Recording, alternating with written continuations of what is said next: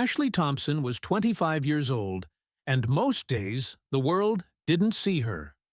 She walked through the glistening Powell Plaza Tower before sunrise, pushing a janitor's cart with a squeaky wheel, clad in old sneakers and a faded tracksuit. Her ID badge, clipped just below her shoulder, read Ashley T., but few ever bothered to read it.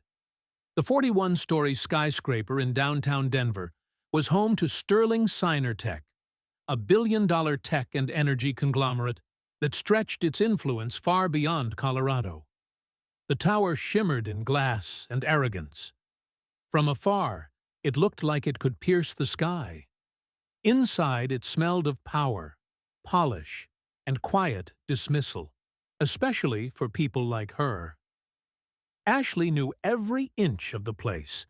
She had scrubbed handrails, mopped marble floors, and cleaned executive washrooms that cost more to decorate than her entire year's salary. She learned to be invisible, not just quiet, but absent. That was the rule for the cleaning crew. You saw everything, heard everything, and said nothing. But Ashley was not what she seemed. Every evening, when her shift ended and the sun slipped behind the Rockies, she returned to her tiny studio apartment in Aurora and studied case law, corporate contracts, and obscure clauses buried deep in legal jargon. She had graduated top of her class from the University of Colorado Law School, but life, as it often does, took a turn. Her mother's sudden illness and the weight of student debt forced her to abandon her career aspirations. The bar exam came and went. Instead of arguing in courtrooms, Ashley took the first job that paid, cleaning corporate offices for people she was once meant to work beside. But she never stopped reading. On cold mornings, while most of Denver slept, Ashley pored over legal blogs.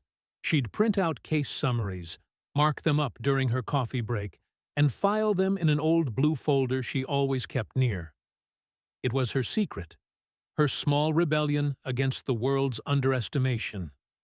It was a Thursday when everything changed. The sky over Denver was brittle and pale, the kind of sky that felt more like glass than air. A fresh layer of snow clung to the sidewalks, muffling the sounds of a city rushing to stay ahead of time. Ashley's morning had started like any other, quietly. She rode the service elevator up to the 40th floor, humming under her breath, headphones in, podcast whispering in her ear about corporate liability and energy sector contracts. She didn't clean the 41st floor, executive access only, but she'd passed through it enough times to memorize its rhythm. And today, it felt off. As she stepped into the hallway just below the top floor, she heard footsteps echoing above. Faster than usual. Raised voices, muffled through thick glass. The boardroom. Curious, Ashley took the back stairwell and stood at the corner of the hallway leading to the 41st floor conference room. The door was ajar. Through it, she saw the glint of black marble, the reflection of winter sunlight bouncing off towering windows, and people in suits moving like pieces on a chessboard. She shouldn't be there. But then, her eye caught a document. The contract was laid out on the table, neatly printed, bound in corporate blue. She saw the insignia, Carrington Dynamics, the energy behemoth from Texas. She'd read about them in Forbes. Ruthless, sharp, profitable. Sterling Tech had been courting them for months, hoping to land a joint development contract for next-gen sustainable fuel technology. The deal was worth billions. Ashley's curiosity got the better of her. She crept closer to the door, unseen. Her eyes scanned the fine print visible through the glass reflection. Something about liability structure, breach consequences, indemnity clauses. Then she saw it. Article 18.4, page 23. She froze. Her heart began to pound as her brain unraveled the clause in real time. The wording was subtle but unmistakable. It transferred all legal responsibility for any operational failures to Sterling Cyanotech, while allowing Carrington Dynamics to withdraw at any time without consequences. It was a corporate noose, disguised as a handshake. Ashley blinked, unsure if she was hallucinating. She glanced around. No one noticed her. The CEO, Jonathan Sterling, stood at the head of the table with a pen in hand. His wife and co-executive, Maria Sterling, sat beside him, flipping through the final pages.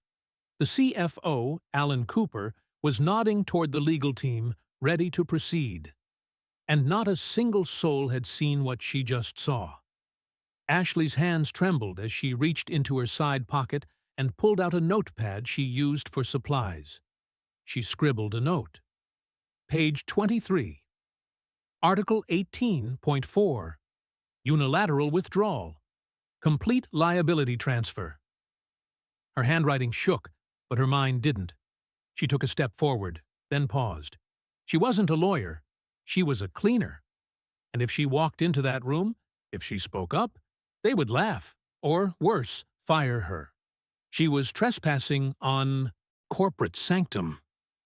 But then she thought of her mother, of the nights she sat by her bedside reading legal texts aloud, of her father, who told her that silence was the weapon of the cowardly. She looked at the boardroom again. Jonathan was lowering the pen. She moved. Ashley pushed open the door. The room froze. In one terrifying instant, 15 high-powered executives and lawyers turned to stare at the woman in old sneakers, carrying a mop bucket and a blue folder. The air thickened. No one spoke. Ashley took a breath. "If you sign that contract, sir," she said, her voice steady, "you'll lose everything." Gasps rippled. Maria Sterling stood up. "Who are you? Why is she here?" Security moved toward the door. Jonathan raised his hand, stopping them cold. His eyes were locked on Ashley. Her tone hadn't wavered. Page 23, she continued. Article 18.4. The clause gives Carrington the right to withdraw at will, without liability. But your company would assume full financial risk for any failure in joint operations. You would be signing a suicide clause, sir. The silence was crushing. Then, laughter. A Carrington rep, sharp in his tailored suit, smirked. "You're taking legal advice from a janitor now?" Ashley opened her folder. She walked, slowly, deliberately, across the polished marble floor and placed a copy of the contract on the table. She had highlighted the clause with a yellow marker. "I have a law degree from the University of Colorado," she said quietly. "I've read every word of this contract. That clause isn't just misleading. It's designed to trap." More silence. Alan Cooper, the CFO, leaned forward. He glanced at the document, his brows furrowed. A beat later, his tablet was out, scanning the PDF. His fingers flew across the screen. Then he stopped. "She's right," he said. "It alters the liability language entirely. Our team missed it." "Impossible," Maria said. "No," Jonathan murmured. His voice was low, measured. He looked at Ashley. "Thank you, Miss Thompson," he said. "You may go." Ashley hesitated, then nodded. She turned and walked out, her heartbeat echoing in her ears. Down the elevator. Past the security guard, who didn't look her in the eye. Into the service corridor. Through the double doors that led to the cold, echoing back halls of Powell Plaza. She had done it. She had spoken. And she had no idea what would happen next. The boardroom remained in stunned silence long after Ashley Thompson exited. For several moments, no one moved. The only sound was the faint hum of the central heating system and the slow, almost reverent turning of pages. Executives leaned in. Tablets buzzed. Lawyers stared at each other across the sleek obsidian table as if seeing strangers. Page 23. Article 18.4. It sat there, bold as brass and twice as dangerous.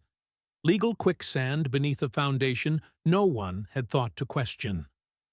Maria Sterling's lips were pressed into a line so tight it drained her face of color.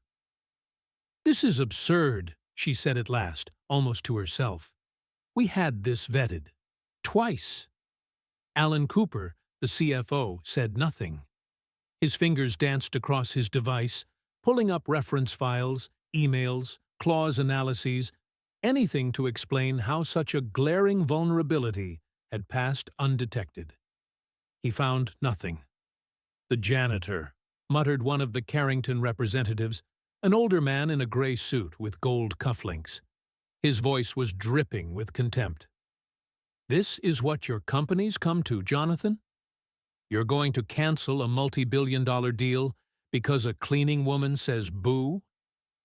"She's a law graduate," Alan said, not looking up. "She's correct," the man scoffed. "This is a scare tactic. Every major deal has liability shifting. If she was any good, she'd be working at a firm instead of scrubbing toilets." Jonathan Sterling stood slowly. He had not moved since Ashley left.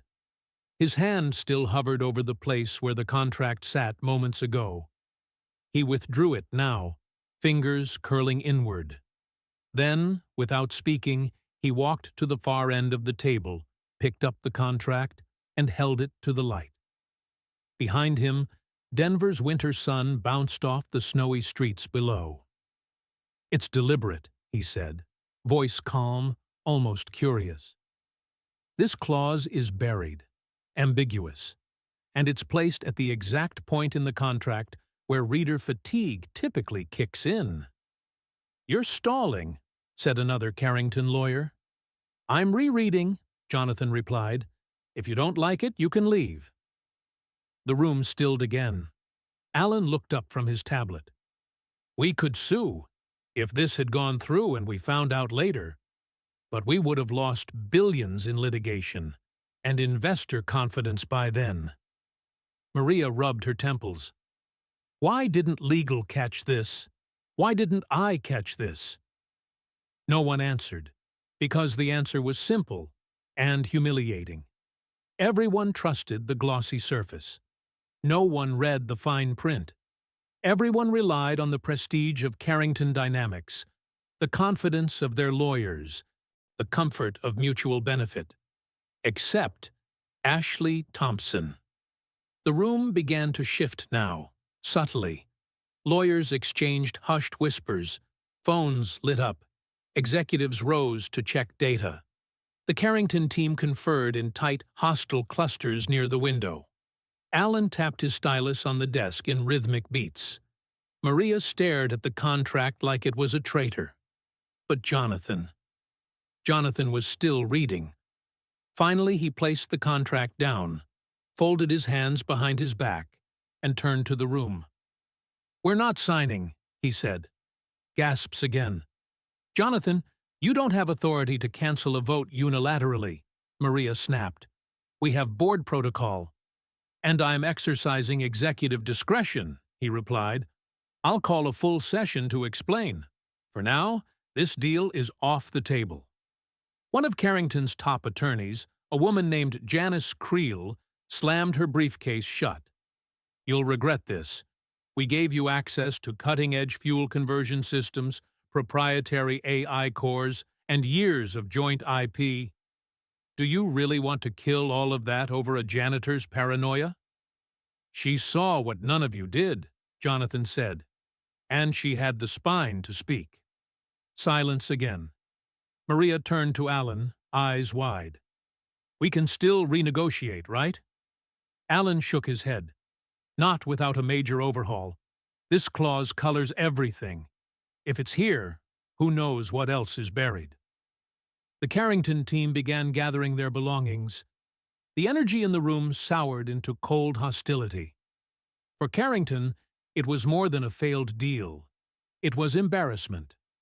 No one liked being caught, least of all in front of competitors, peers, and a woman with a mop. They left in silence. Outside the conference room, The corridors of Powell Plaza carried on like nothing had happened. Ashley stood alone near the service elevator, waiting for the lift that always took its sweet time.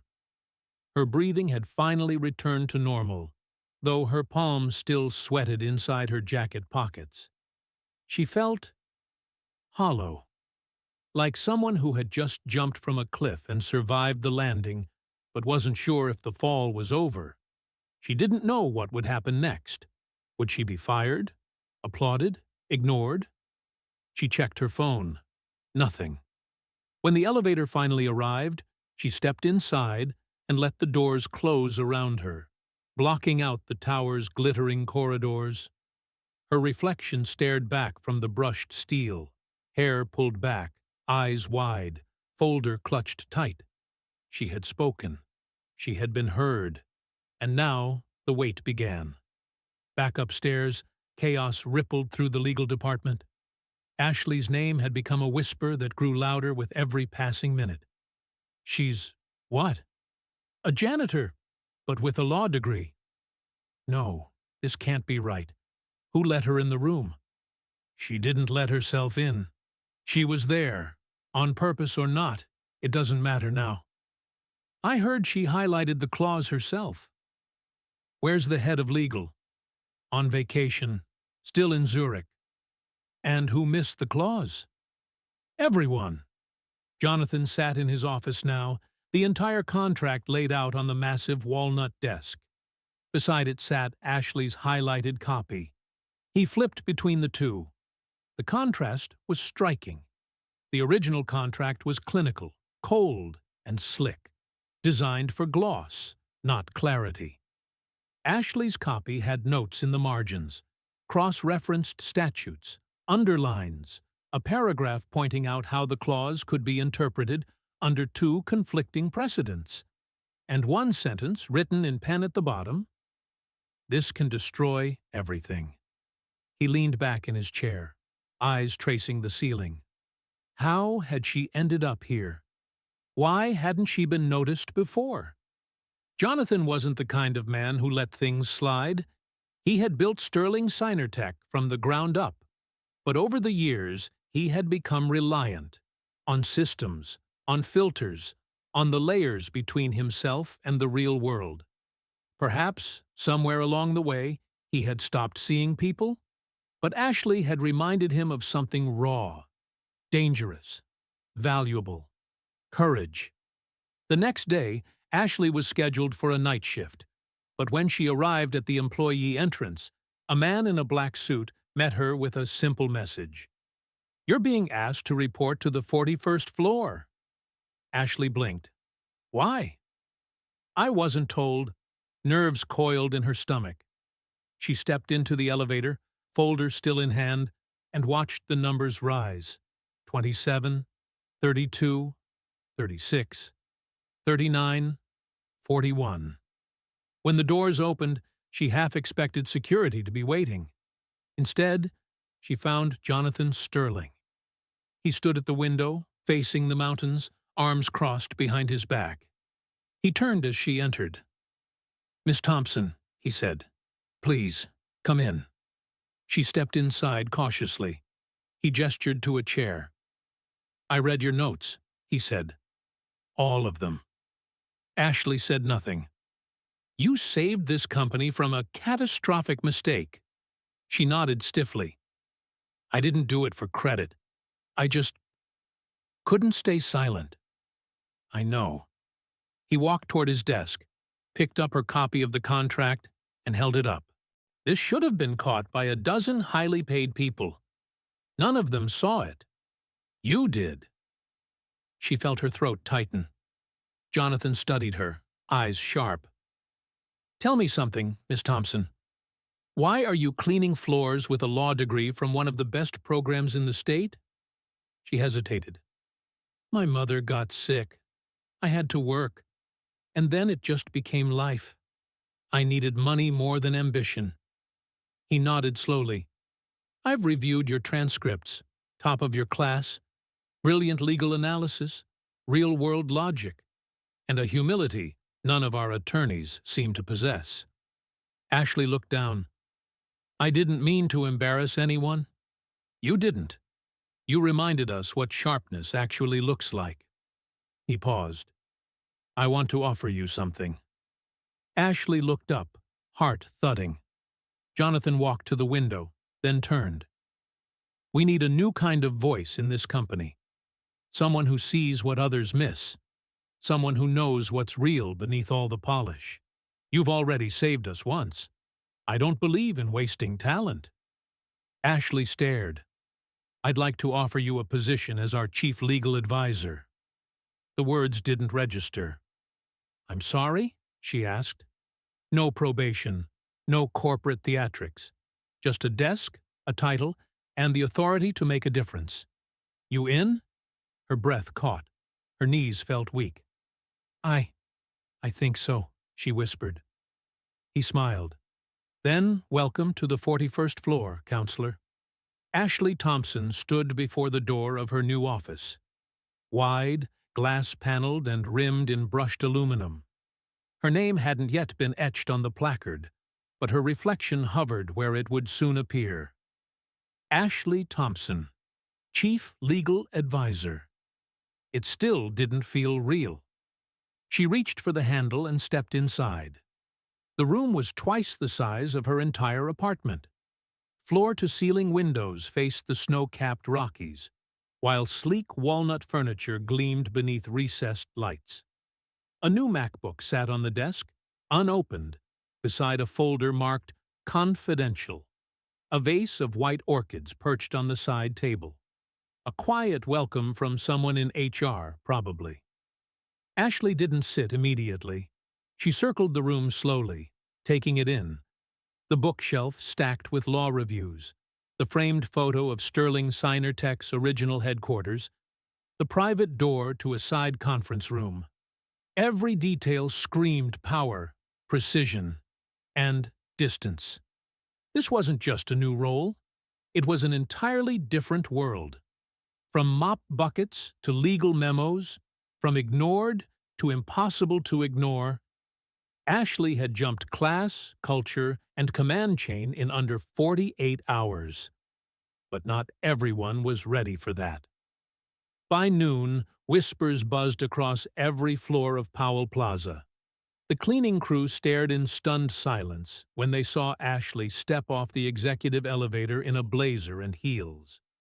Someone dropped a mop bucket. Another pulled out a phone to snap a picture, only to tuck it away sheepishly when Ashley glanced their way. She was one of us, someone muttered. Now look at her. On the legal floor, the reaction was colder. Fast-tracked, one junior attorney sneered. She didn't even go through orientation. I heard she found one line in one contract, and suddenly she's being handed a C-suite role. She doesn't even look like a lawyer. She's Sterling's project now. Let's see how long she lasts. Ashley heard it all. Not directly, but in the tone of rushed greetings, in the sidelong glances, in the way conversations dropped when she walked by. Even the assistant assigned to her, a sharp, impeccably dressed woman named Dana, seemed uncertain. Would you like coffee, Ms. Thompson? Dana asked that first morning. Ashley blinked. You don't have to do that. Just call me Ashley. Dana didn't smile. Understood. Do you prefer oat milk or whole? Oat, Ashley murmured, unsure if she was answering a coffee order or a test. Dana nodded and left.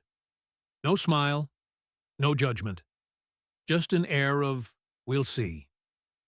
Ashley sat down behind the massive desk and finally opened the confidential folder. Inside was a stack of internal reviews, nearly a dozen contracts that had passed legal review in the last quarter, each with yellow tabs marking key clauses. A sticky note read, "Let's see if you spot what the rest of us didn't." JS challenge accepted. Ashley took out her pen, rolled up her sleeves, and began to read. Hours passed. She barely moved. Legalese didn't intimidate her. She had spent too many nights reading contract law by the light of a dusty desk lamp while balancing two jobs. What did unsettle her now wasn't the content. It was the implication. These documents had been approved. And she was finding flaws. Inconsistencies in supplier liability clauses. Silent waivers buried in data-sharing agreements. A dangerous assumption in a confidentiality contract that could expose the company to a class action lawsuit if ever challenged. She compiled notes, printed excerpts, cross-referenced regulatory cases. Ashley didn't know it yet, but her video would change more than her reputation. It would spark applications from unheard voices, single mothers, first-generation grads, immigrants, the overlooked and underestimated. Human resources would begin reviewing past resumes through a new lens. Jonathan would order an internal audit of hiring practices. Dana would start smiling when she brought coffee. And Ashley? She would finally have a nameplate on her office door by week's end. But not before a new storm approached, because Carrington Dynamics had just announced a press conference, and they weren't going down without a fight. The snow had begun to fall again. Outside Sterling Synertech's glass tower, flakes drifted silently through the Denver sky, softening the edges of steel and concrete. But inside the 41st floor, things were anything but quiet. A storm was gathering, and Ashley Thompson was at its center. She had just returned from a late morning review session with Alan Cooper when her assistant Dana stepped into the office. "They're live," Dana said, holding out a tablet. Ashley looked up. "Who?" "Carrington Dynamics." Dana placed the device in Ashley's hands.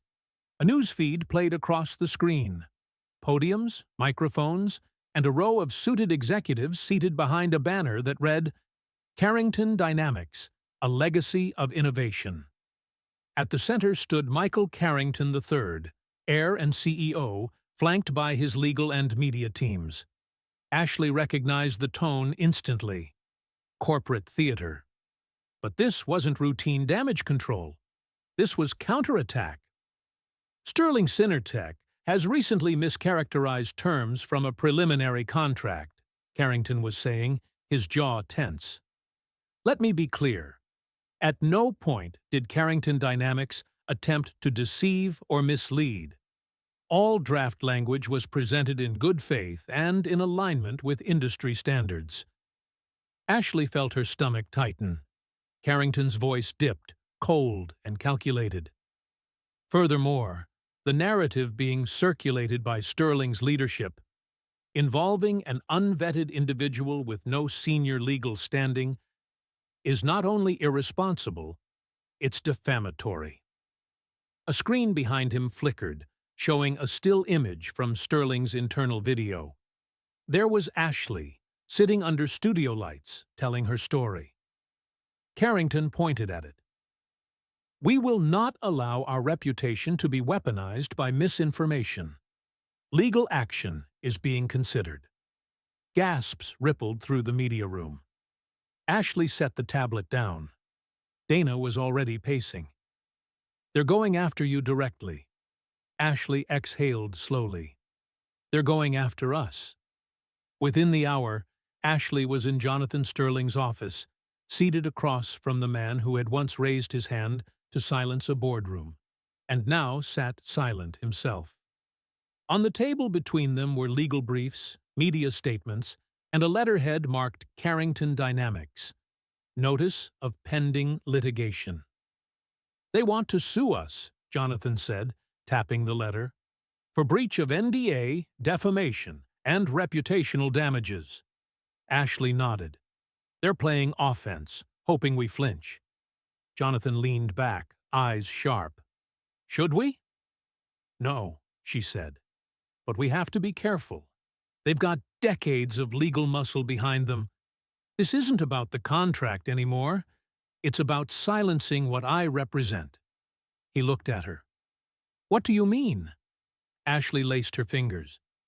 "They don't want me to be credible. Because if I am, then everything I've said about their contract isn't just embarrassing. It's explosive. Jonathan stared for a moment, then nodded. Get ready, he said, because this fight is about to get public. By afternoon, Sterling Signer-Tech's legal team was assembled in the main conference room, a polished arena with curved walls and a 14-foot table made from reclaimed oak. Ashley walked in at 3 p.m. sharp, carrying her notes, her resolve, and the weight of 10,000 whispered doubts. She wasn't greeted. She wasn't acknowledged. Not at first. Julia Hart, senior counsel, 20 years in the field, known for her ice-blade wit, was seated at the far end. Her fingers were steepled beneath her chin. "Well, Ms. Thompson," Julia said coolly, "welcome to the ring." Ashley met her gaze. "I didn't come to fight you." "No," Julia said, "but you've picked a fight with one of the most litigious companies in the Western Hemisphere. That counts for something." Alan Cooper cleared his throat. Ashley flagged serious contract defects. Carrington's response is smoke. "Smoke can still choke you," Julia replied. Ashley didn't flinch. "I've reviewed their draft. The ambiguity is real and deliberate. I'm not here to be symbolic. I'm here to keep us from walking into a multi-million-dollar sinkhole." There was a pause. Then Julia smiled. Not cold, not mocking. Curious. "All right," she said. "Let's see what you've got." The presentation took nearly 2 hours.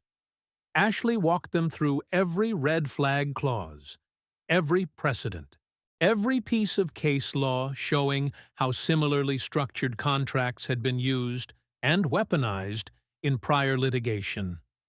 She anticipated objections, fielded interruptions, and held her ground with the steadiness of someone who had studied not to impress, but to survive.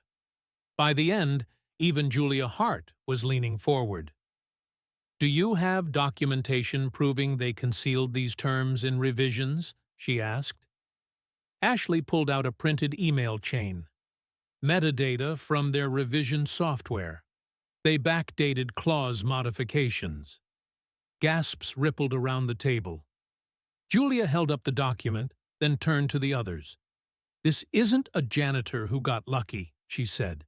"This is someone who just saved our company's neck." Silence. Then Jonathan Sterling nodded. "Get ahead of this. Draft a statement. We're not backing down." But Carrington wasn't finished. The next day, Ashley's inbox lit up with threats, personal emails, harassment, leaked photos from college. An anonymous user posted her transcript from the University of Colorado, highlighting a failed class from her first year. "Unstable," the caption read. "This is who Sterling trusts." Someone even released her old apartment address. Ashley felt the fear rise. Sharp, real, animal. The sound of the janitor's closet door in her head. The echo of footsteps behind her. Years of being unseen, suddenly twisted into being targeted. Dana entered her office that afternoon and found her pale and shaking. "They're trying to break you," Dana said softly. Ashley looked up, voice cracking. "And it's working." "No," Dana replied, stepping forward. "It's not. You belong here. Let me help." That evening, Ashley returned home to her small apartment, the one she still hadn't moved out of. She locked the door, sat on the floor, and turned off the lights. Her phone buzzed. A message from Jonathan. "Stay strong. We'll protect you." Another from Alan. "Tomorrow, we strike back." With truth. Then something unexpected. A third message, from a blocked number, a video link. She tapped it open. It was a clip from a Carrington shareholder meeting. Leaked audio. A board member was ranting. She caught it? The janitor? Fire the legal team. She's not just a problem. She's a symbol. If this gets out, we'll have every whistleblower in the country thinking they can crawl out of the basement. Ashley stared at the screen. A symbol. They were right, but not in the way they meant. She stood up, walked to her window, looked down at the city. Vast, glittering, alive. No more hiding. Tomorrow, she'd go back in. And this time, she wouldn't just defend herself. She'd defend every voice they tried to erase. It was the first time Ashley Thompson wore a tailored blazer to the 41st floor. Not because she wanted to look the part, but because now everyone else was starting to treat her like she already did. The Sterling Synertech legal team had spent the last 48 hours building a strategy to counter Carrington Dynamics' legal threats. The leaked shareholder audio had gone viral in niche corporate law circles. On Twitter, a hashtag was born. #the janitor who knew across LinkedIn. Legal experts were dissecting the case like it was a final exam. But to Ashley, this wasn't a case study. This was her life, and the battleground was only getting bloodier. "We file for a declaratory judgment," Julia Hart told the board. "We're not just defending Ashley. We're asking the court to rule that Carrington's contract was intentionally deceptive." It was a bold move. It would turn Ashley from a quiet whistleblower into the star witness of a public trial that could ruin one of the most powerful corporations in America. Jonathan looked at her. "If we do this, you'll be cross-examined, attacked. They'll dig through your life." Ashley's jaw clenched. "They already have. Let's finish what they started." And just like that, war was declared in ink. 2 weeks later, the court date arrived. The courthouse was a brutalist gray slab surrounded by protesters, journalists, and curious onlookers. Some held signs, "We stand with Ashley." Others shouted slogans, demanding corporate accountability. A few carried nothing but phones, live streaming every second. Inside, the courtroom buzzed with tension. The Carrington legal team occupied an entire row, dark suits and sharper stares. In contrast, Sterling's team was leaner, quieter, but focused. Ashley sat beside Julia at the plaintiff's table, her folder neatly stacked, her palms pressed flat. Her fingers no longer trembled. She had prepared every detail. Now she just had to speak them aloud. "All rise," the clerk called. The judge entered, silver-haired, unreadable, and with a single bang of the gavel, it began. The first blow came fast. Carrington's attorney, a tall, predatory figure named Martin Greaves, approached the stand during cross-examination. The verdict wouldn't come for days. The court needed time. But the world outside had already decided. Editorials praised her courage. Podcasts analyzed every nuance. She was offered interviews, book deals, job offers from rival firms, even Ivy League schools inviting her to speak. But Ashley ignored it all. Because she hadn't come this far to become famous. She came to tell the truth. That night, she sat on the rooftop of her old apartment, watching Denver's skyline shimmer. Her phone buzzed. A message from Julia. "We made history today. Get some sleep. We'll finish it tomorrow." Ashley looked out at the lights. Each window a story, a life, a dream either rising or falling. She whispered to the wind, "Let them know we're not cleaning up their messes anymore." Not without being seen, not without being heard. The verdict came on a cold Thursday morning. Ashley stood near the windows of her office, watching snow drift past the skyline, her breath shallow. On the wall behind her hung the original folder, the one she'd slammed on the conference table months ago, now framed in glass. Dana entered quietly. "They're calling," she whispered. Ashley turned, walked down the hallway lined with frosted glass doors, past startled executives and silent interns. Every step echoed. Every glance reminded her of where she had come from and what it had cost. The legal team had gathered in the war room. Julia Hart stood at the head of the table, phone on speaker, the judge's clerk on the line. "In the matter of Sterling Synertech versus Carrington Dynamics," the voice read, This court finds that the plaintiff has proven intentional misrepresentation in contractual drafting. The court grants declaratory relief in favor of Sterling Tech and dismisses Carrington's defamation counterclaims. The room exploded in sound, gasps, murmurs, a cheer from Alan Cooper. But Ashley just stood there, still. She had won. She had truly won. The phone clicked off. Julia turned to her. "You were the reason. You carried this case?" Ashley blinked back a rising tide of emotion. "I was just doing my job." "No," said Julia. "You redefined it." That afternoon, the Sterling Tech board held a closed-door meeting. Not to discuss damage control, not to assign blame, but to finalize a motion. When Ashley entered the boardroom, they all stood. Jonathan Sterling gestured to a single empty chair at the long obsidian table. "Sit," he said. She hesitated. "Ashley," he added, "you belong here now, for real?" Slowly, she walked forward. And this time, there was no cleaning cart behind her, no mop tucked against a wall. Just her briefcase, leather, worn, hers. She took the seat. The chair didn't swallow her. It didn't squeak or tilt. It simply accepted her presence like she'd always been meant to sit in it. Jonathan turned to the others. "Effective immediately, I propose Ashley Thompson be appointed as Chief Legal Advisor of Sterling Tech." One by one, the hands went up. Unanimous. She sat in silence for a moment, barely breathing. Her entire life had been a staircase with no railing. Now she had reached the top. And not once had she asked for permission to climb. In the days that followed, Ashley's story reached far beyond the walls of Sterling. News programs ran retrospectives. Law students debated her case in classrooms. Companies across the country reviewed their internal compliance protocols. But more importantly, janitors from other buildings wrote her letters. "You gave me courage. I went back to school. Now I know I'm not invisible." She read every one. One evening, after a long day of meetings, she walked past the custodial team at Sterling.